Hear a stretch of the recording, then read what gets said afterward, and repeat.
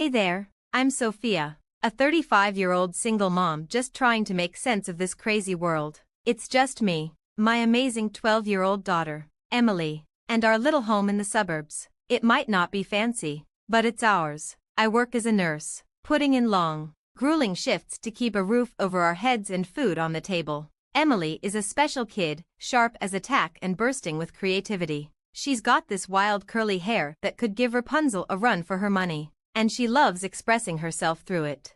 Then there's Gertrude, my ex-mother-in-law and constant headache. She's a 68-year-old widow who lives far too close for comfort. Sure, she helps out with Emily after school, but her nagging drives me up the wall. Sophia, don't you think Emily's hair is a bit wild? Gertrude's voice grates on my nerves as I hurry to get ready for work. I take a deep breath. It's just hair, Gertrude. She likes it that way. In my day, young ladies knew how to present themselves properly. She huffs. I bite my tongue, reminding myself that beggars can't be choosers when it comes to free childcare. Thank God for Sarah, my best friend and fellow nurse. She's my anchor, always there to listen or lend a hand with Emily when Gertrude becomes unbearable. Girl, I don't know how you deal with that old bat, Sarah says over coffee one day. You've got the patience of a saint. I laugh. Trust me, it's running thin. Then there's Michael, my neighbor. He's a total sweetheart, always offering to help around the house. I'd be lying if I said I hadn't noticed how he looks at me. But after everything with Emily's dad, I'm in no rush to dive back into the dating scene. Hey, Sophia, need a hand with that? Michael calls out as I fumble with some boxes in the driveway.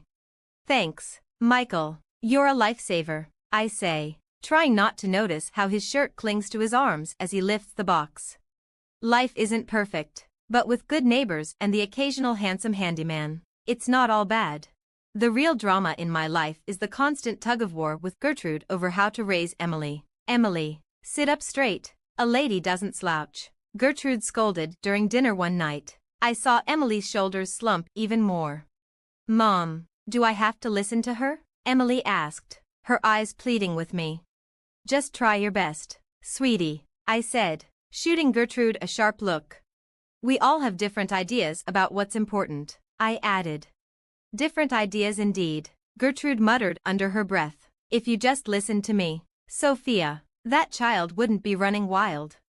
I clenched my fists under the table. Emily is not running wild, she's expressing herself, and I won't stifle that. Mark my words, Sophia, Gertrude said, her voice icy. Without proper discipline, that girl will end up in trouble. As I watched Emily retreat to her room, her wild curls bouncing behind her, I wondered how long I could keep this delicate balance. Something had to give, and when it did, it wasn't going to be pretty. I was dead on my feet after another grueling shift at the hospital. All I wanted was to hug my baby girl and collapse into bed. But the moment I stepped through the door, I knew something was wrong. Emily, sweetie, I'm home, I called out. But there was no answer, just an eerie silence that made my skin crawl. I found her curled up in bed, sobbing. When she looked up at me, my heart nearly stopped. Her beautiful curls were gone, every single one. Her head had been shaved clean. Mom, Emily wailed, throwing herself into my arms. Grandma, she did it while I was sleeping. I held her tightly, my mind spinning. Shoo, baby, it's okay. We'll fix this, I whispered, but inside, I was screaming. How could Gertrude do this to my child?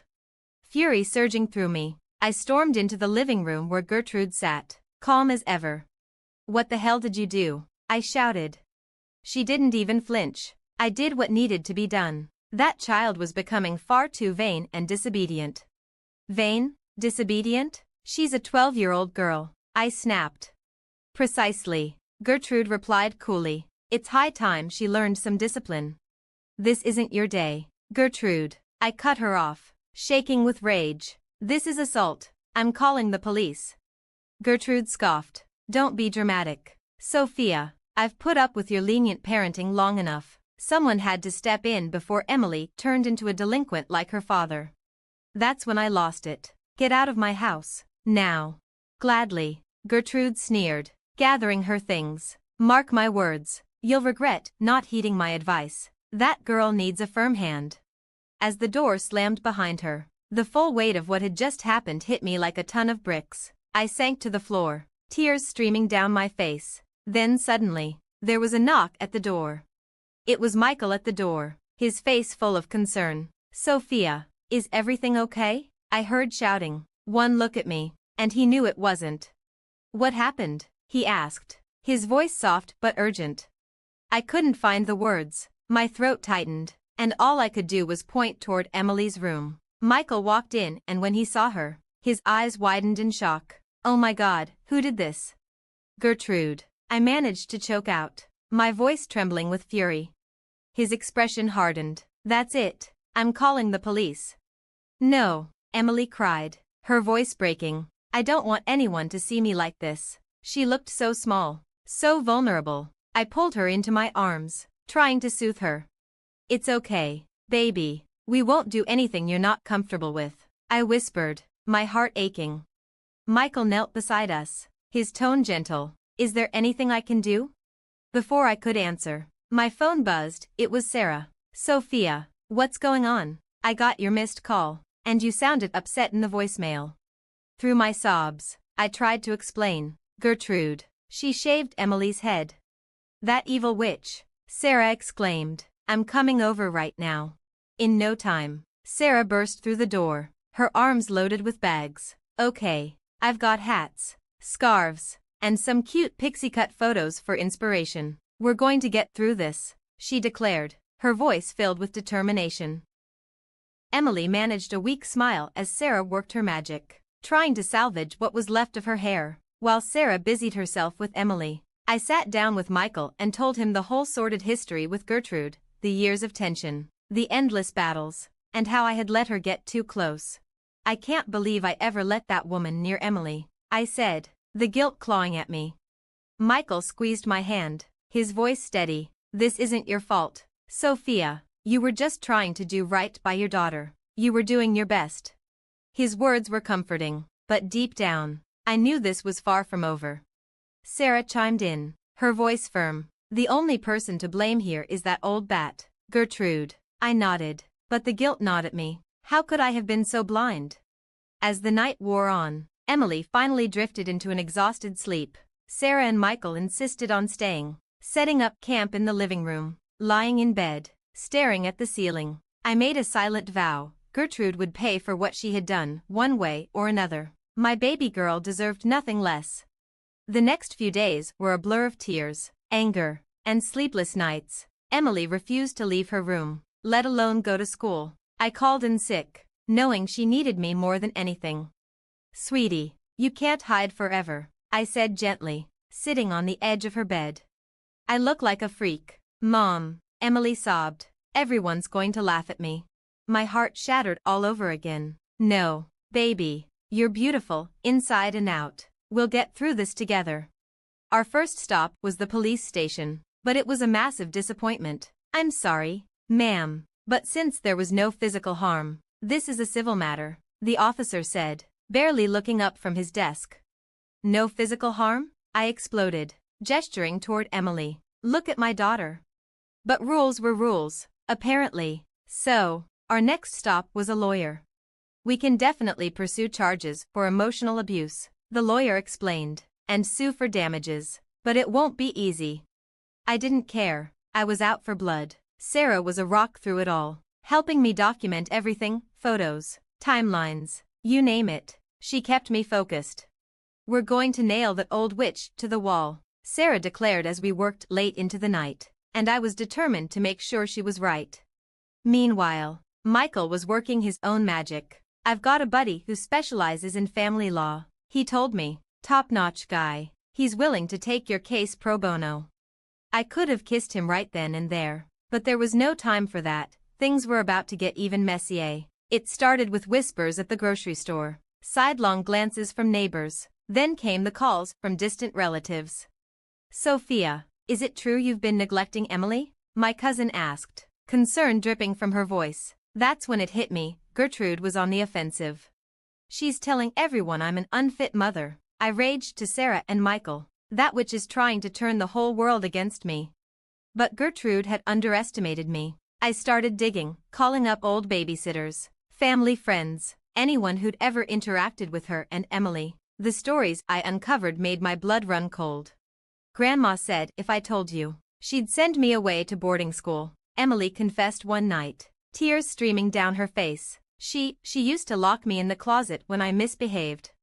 I pulled her close, fury and guilt battling inside me. How could I have missed this?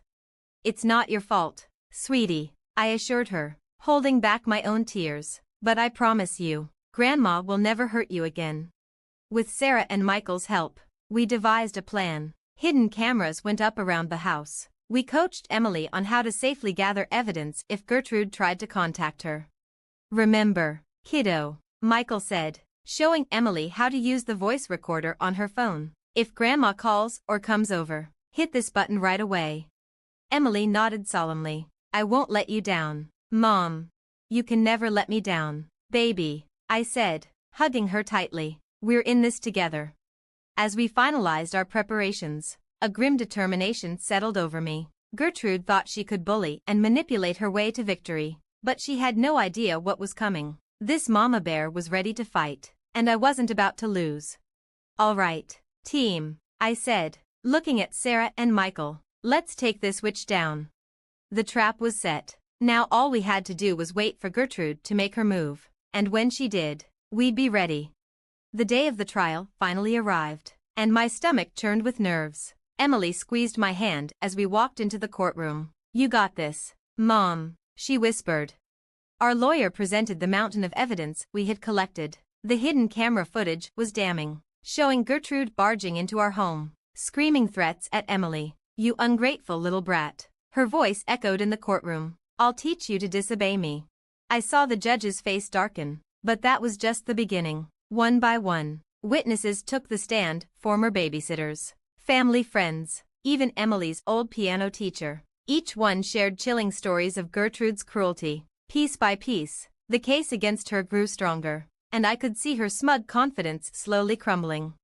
She told me if I didn't make Emily practice for 3 hours a day, she'd have me fired, the piano teacher testified. But the rail kicker came when Emily took the stand. My brave girl stood there, her voice trembling but resolute. Grandma said if I ever told Mom what she did, she'd make sure I was taken away, Emily said, her eyes welling up with tears. My heart shattered as I watched her speak, tears streaming down my face. How had I not seen this? Gertrude's lawyer tried to spin her as a concerned grandmother, but it was too late. The truth was out, and everyone could see it. When the judge finally announced his decision, I nearly collapsed from relief. This court grants a permanent restraining order against the defendant, he declared. Furthermore, significant damages are awarded for the plaintiff's therapy and emotional distress. It was over. Gertrude was out of our lives for good. Outside the courtroom, Gertrude approached us, tears in her eyes. Sophia, Emily, I'm so sorry, she began. I cut her off, my voice cold. Save it, Gertrude, you're dead to us. Without looking back, we walked away, and for the first time in years, I felt a weight lift off my shoulders. The next few months were tough, but we got through it together. Emily started therapy and, little by little, began coming out of her shell. One evening, as we sat around the dinner table with Sarah and Michael, Emily made an announcement. I want to donate the money from the lawsuit, she said, her voice steady, to help other kids like me.